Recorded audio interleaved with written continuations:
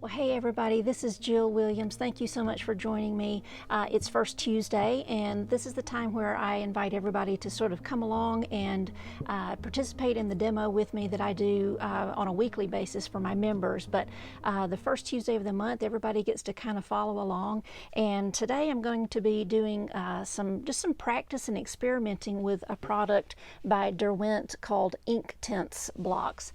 And if you've never used these before, they're really interesting, kind of similar to watercolor pencils, but they do have a lot more intensity and with color. And if you can kind of see the picture here, they do sort of resemble like a compressed charcoal stick. So you can draw with them, you can do a variety of different things. So what I'd like to do today is just kind of play and practice with these and kind of show you some things that you can do with these blocks, some different effects that you can get, and then I'm going to just kind of maybe just do a little experimental painting and just sort of see what happens with it, just to kind of, express with the medium a little bit, kind of play with it and just find out what it will do, because it really does allow you to add some interesting visual texture to your abstract landscapes, and be able to, kind of hold some bold line work in your painting, and it kind of lets you add some heavy marks in a variety of places, and you can get some different sized marks as you use the sticks too. So let's just jump into it and see what we come up with today on this. Okay, so I've just got a tiny little sheet that I'm going to start with, and just so that I can kind of play with these.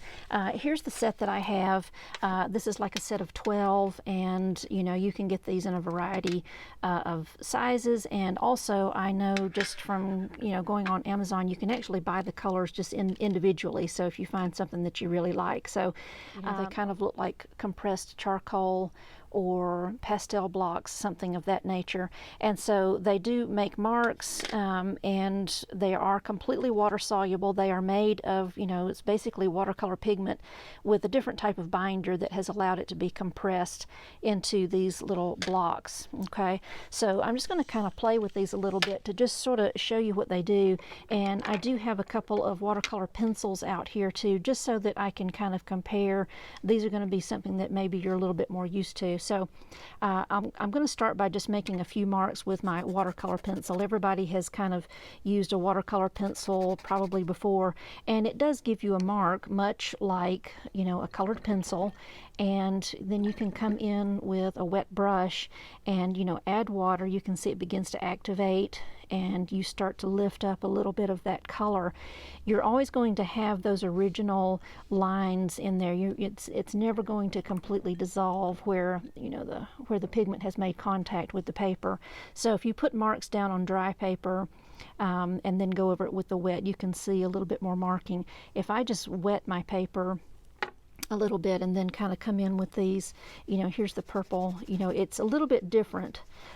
It's a wetter type of effect, and it does start to kind of bloom a little bit. It allows the color to move, but even when I come in with some water, it does move a little bit more than had I just made marks on the dry paper. But you're always going to have some of the linear work in there. You're always going to have some of the line work in there. But I think that's actually kind of a nice feature to the pencil, because it really does allow you to have lots of nice visual texture. So let's jump into one of these blocks. You can come in and just sort of draw with it this way. You can put it down on its side and paint with it this way. And then of course, if you've got textures happening in here, that's going to really, you're going to pick up that paper texture. But this would be nice, if you're, depending on what you're trying to do, this could give you, bark or stone or, some sort of foliage texture, if you wanted it to, especially, if you're using something that's, brownish and maybe, some blacks. And let's see, maybe some dark green here. I'm just kind of putting some things in here, and I'm going to kind of mix these all together a little bit. But I can come in with a little bit of water, and I can start to, kind of fuse these things together, but I'm still going to have those marks underneath. And it's really kind of nice. It kind of automatically creates like a bark-like texture. And even if I wanted to take like a smaller brush, You know, I can even take my brush and actually rub it against the block to get a little bit of the pigment, you know, coming out. But see, I can kind of start to make a little tree here, a little tree shape or something. Get a little bit more of this brown. You know, it really is watercolor, and so it's going to just kind of take off and give me, you know, just that, you know, almost as if I had just dipped my pigment or my brush into some, you know, pigment on my palette. But you can see you really start to get some really nice textures here, and you can still come back in and continue to draw. And I'm just kind of reinforcing some of these little tree shapes. But look at all of this nice texture that I was able to achieve, just because this really gives you it gives you a really heavy concentration of pigment. It's a little bit messy, but it, you know, really lays down a nice thick application, and it's still movable with water. So it's not going to be a permanent. It's not like an acrylic or anything, but you know, it allows you to just kind of really come up with some nice, you know, some really nice textures. So let's kind of look at the colors that I've got actually in this little set. You know, like I said, you can even just put your brush against it and make some marks. And this kind of technique allows you to, you know, if you've got some areas where you do want a smooth section of pigment, you know, you can kind of just put it in here, but then you can also come right back into it and, you know, add some marks. You know, I'm just kind of playing here, almost trying to make like a little bush or a tree or something like that. But look at all the different variation of texture that I can get just inside, you know, just with one color, you know. And I can still come back in here and add other colors, you know, throw a little purple in there, drop some more water in there. I can even get my spray bottle involved. You know, I'm just kind of spritzing a little bit, getting a little bit of water on the page. And so once I start to color with this, I can see that the pigment, you know, kind of hits some of the water droplets, kind of misses some of the water droplets. You get a little bit of variation, but it really starts to build some nice textures. And the colors are really, really vibrant. Here's an orange. I'm just kind of using my brush so that you can get the full concentration, but you know, it also, you can come back in here and draw with it. That orange is fantastic. I think this is, this might be like a Payne's gray. I can't remember. No, this is sort of like a really, really dark purplish brown. I'm not sure what this color is. It does not tell me the color on here. Don't think. No, it does not. But it's really beautiful, and it still can function like watercolor.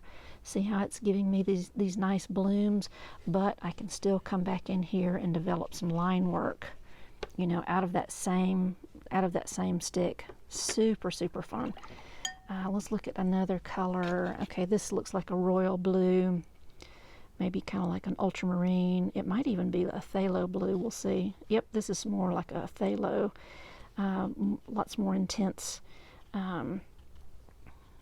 type of color. Again, I can still come in here with line work. And, you know, I can make line work coming across just with the tip of it. I can also put the entire piece down and do really bold marks, you know, if I want to. I think I broke it there doing that, but that's okay. This scarlet is really nice. This looks like, you know, a cad red. Let's see what we get.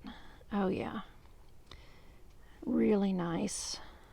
And again, I can still come in here and add some color with it. And these will still mix, you know. I've got this red and blue are kind of giving me a nice purple. Lots of nice options there. This looks like a permanent green light, something like that. Oh yeah, see, look how vivid. It's just wonderful. And they've got some opacity to it, because see, I can take this green and even work it back over into some of these darker shapes that I had created. You know, I can really get concentrated, and if I add some water to the page and introduce the block into that, it really releases a lot of pigment. And look how it can overlap, almost giving me an opacity type effect as if it were gouache. Really, really nice.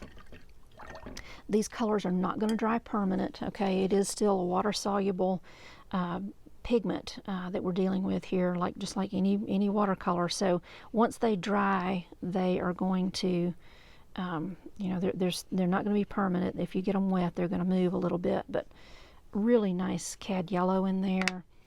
And let's see, what's this last one I have here? I think this looks some type of blue. I think this might be more of a, okay, so this is sort of like a, kind of like a Payne's gray, Indian throne blue, whatever it's called, maybe more like a Payne's gray, but I can still come in here and add lots of nice color and line work with it. You know, really build a nice abstract type of shape. I can even, you know, kind of come in here and just put things on its side, move things around as much as I want to. Lots going on, and I really like this sort of violet plum. So you can see there's lots of different kind of marks that you can make, and you get these really nice even areas of color that you can produce. Lots of line work, lots of visual texture. If you allow the sticks to sort of glide along the texture of the paper, you really come up with some nice things. So I wanted to point out something really nice about these, as I've dried this little section, you know, of just this little practice card here, just kind of playing. But one of the things that I immediately picked up on when using these is look at the intensity of color that's still there. So, you know, typically with watercolors, you're going to get a lot of fading, diminishing of the color as it dries, and I really still have some serious intensity here. So this lets me know that this could be something that I can incorporate with my regular watercolors that have, you know, got that intensity, but they're not quite as opaque as gouache. So it's a kind of a nice trade-off there. Really liking the intensity that's formed there. Just really, really vibrant, brilliant color. This is all dry. Very pleased with the intensity of that color. I've just got another sheet here on the back of my board, and this time I think I just want to sort of intuitively play a little bit and just kind of come up with a landscape. I'm going to take my spritz bottle, I'm just going to wet the page here and just kind of play and see what happens. I'm going to start out with maybe this lighter tan color and just sort of start playing a little bit and sort of formulate, you know, come up with some sort of little landscape here. I'm just thinking about a hillside and maybe some little trees. Let's see, I can even get my fingers in there if I want to. Maybe there's some little trees out there in the distance. Just kind of blocking in some shapes that sort of feel right. Maybe there's some roots on these trees coming down. Just kind of playing here. I'm going to get my brush involved here. This is just my round brush, my sable. Just kind of working through. See, I can still move some of the color, you know, to sort of fill in a little bit of shape and that type of thing, but it's not still allowing me to see some of that line work underneath, you know, almost like a pencil drawing in effect. Maybe some other trees standing out there in the distance. See, I can just pull some of that pigment to get a little extra tone, but I'm not even really having to add anything to it. Let's see, what else do I want to do? I don't know, something greenish. I want to maybe establish a few little bits of something growing around here. Just kind of playing a little bit. And I can't remember the color that this was. I think this was it's kind of like my Payne's gray. It's got a nice tone.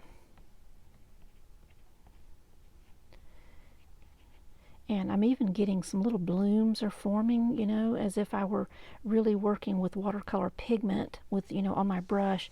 It's really starting to bleed out and give me some nice shapes. A little bit there. See, I'm just scribbling with it and just kind of adding like some texture on the, what would be like the bark of these two trees that are right here. Let me get my small brush involved here. I'm just gonna kind of come in here and mess around with this a little bit. Sort of try to establish the fact that there's a couple of tree trunks right here, and this is one nice thing about, I like this idea of being able to come in with just some water and do some blending without really disturbing those original lines that I got in there in the first place. I'm really liking that. I can even, you know, I'm going to put some of this in here and then I'm going to spray it just to see what happens. See if it'll move a little bit. It kind of does. And so my board's tilted a little bit. It's running down. So I'm just going to kind of let that, I'm just going to kind of go with that. I kind of like it. Let's see. This was one of my sort of that phthalo blue, or no, this is kind of like a Prussian blue, I guess, maybe. I'm just adding a few little accents here and there. And I think I might want to get my, this is just a watercolor pencil. I'm getting it involved just because I want to kind of zero in on some shapes a little bit. And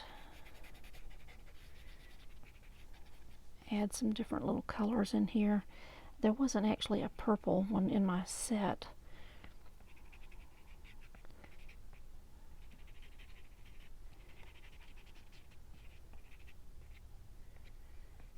Let's see. Just kind of having fun, just kind of pretending like these roots are kind of sprawling out here.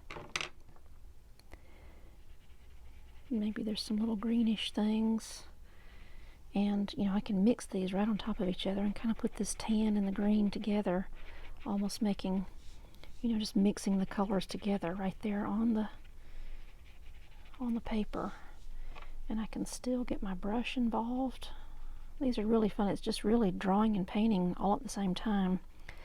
So it's just allowing me to kind of come up with a little abstract landscape here.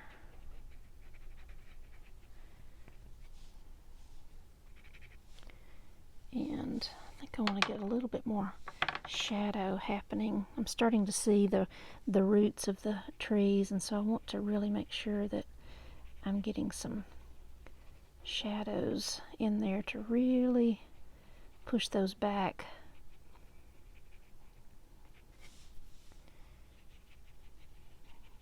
Still getting my brush involved whenever I want to.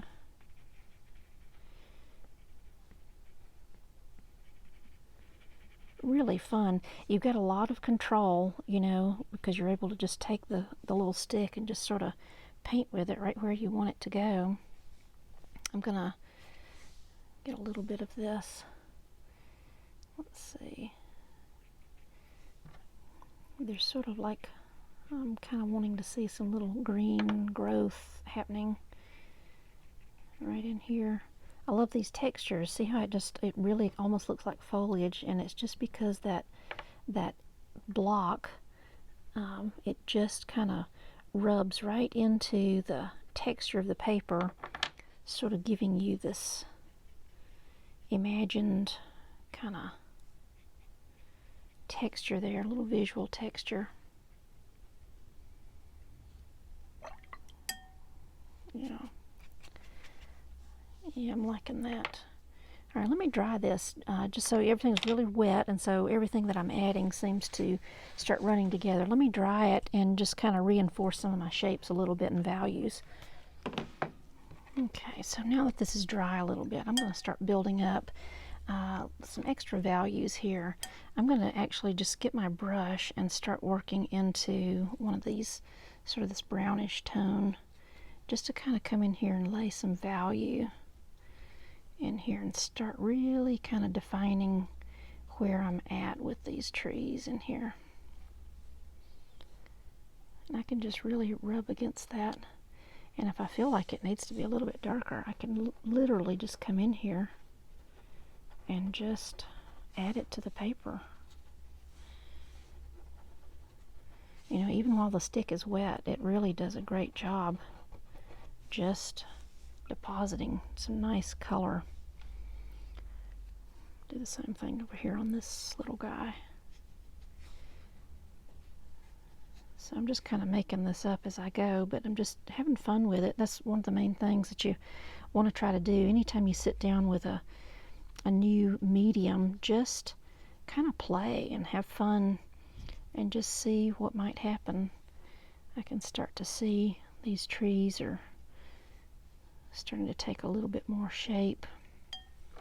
Again, I can come in here and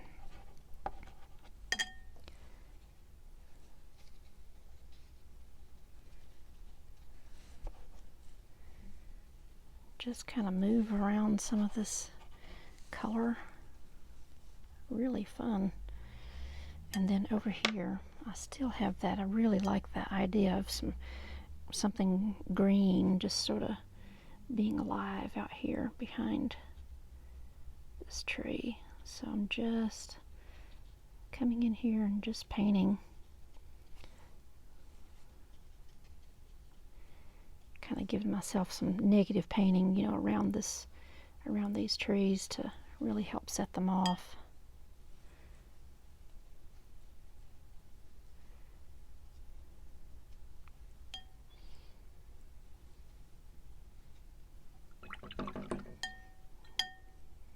So I wonder how these will do with lifting. I'm actually going to see if I can lift up a little bit of this violet that I had over here that might be a little bit too dark for that side of the tree because it is the lighter side. And it doesn't like to lift a whole lot, but that kind of lets me know I can just get a little bit darker with this green and even bring a little bit of that dark grayish, bluish black, whatever that Prussian blue kind of tone that I'm seeing from that one. Really nice. And then I just want to have some fun here. I'm going to take this hot pink one. I'm just going to load up my brush with a little bit of hot pink here, or this magenta, whatever it is, and just kind of speckle my page a little bit. Just have fun.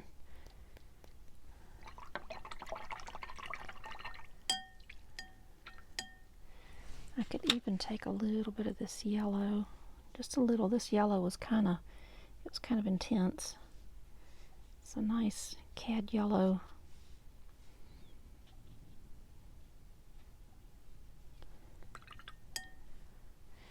I'm really liking this little green right here. Let me get this a little bit darker. There we go. Okay, so at this point I'm just kind of having fun.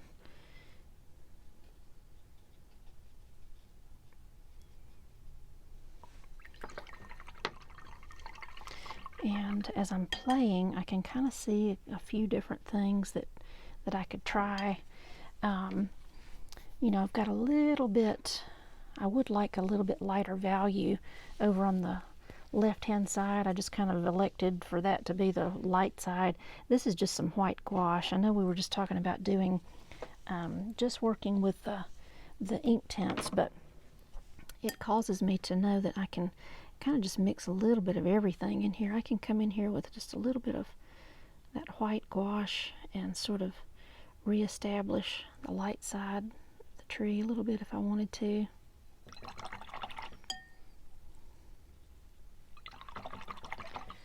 Just having fun with that. There's several different little, let's see what happened. Okay, so I got my purple. This is my purple watercolor pencil. Just got a little bit more control with this. I can kind of come in here.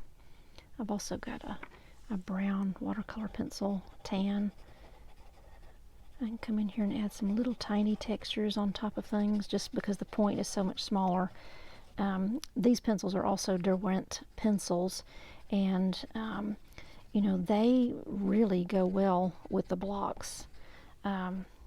Definitely. They're not as intense. They don't lay down quite as much color as the blocks do, but this is really a lot of fun here. I'm going to bring a little bit of value into the foreground just by going over this with my brush with just a little bit of water. I want that background up here to be the lightest. As I'm working, I can see I need a little value shift happening there. Just bringing some of that color down here. Very fun. So these are absolutely really fun to work with. Just bringing a few more little ripples of the idea that little trunks are just sort of swirling around and coming out over the ground. Maybe these actually, some of these would actually make it all the way down here.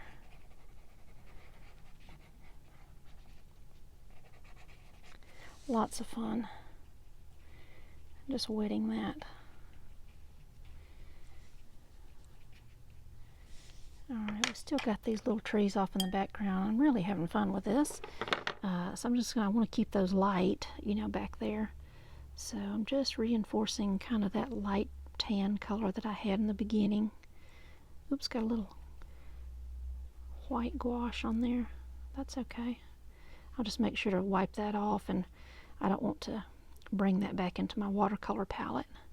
If you paint with me, you know that I don't like to mix my gouache and watercolor palettes together, because the watercolor palette definitely needs to stay transparent, and then the gouache palette can be as opaque as it likes. Here we go. Alright, so yeah, I'm just going to stop there. It was just fun. I just kind of wanted to play and just see what these were going to do. Let me dry this right quick. Okay. Alright, I might want to come in here and add just a little extra,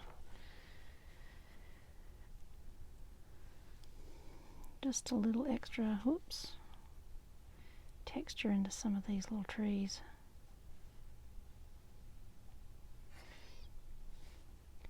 Just a little extra value over on these darker sides of the trees here.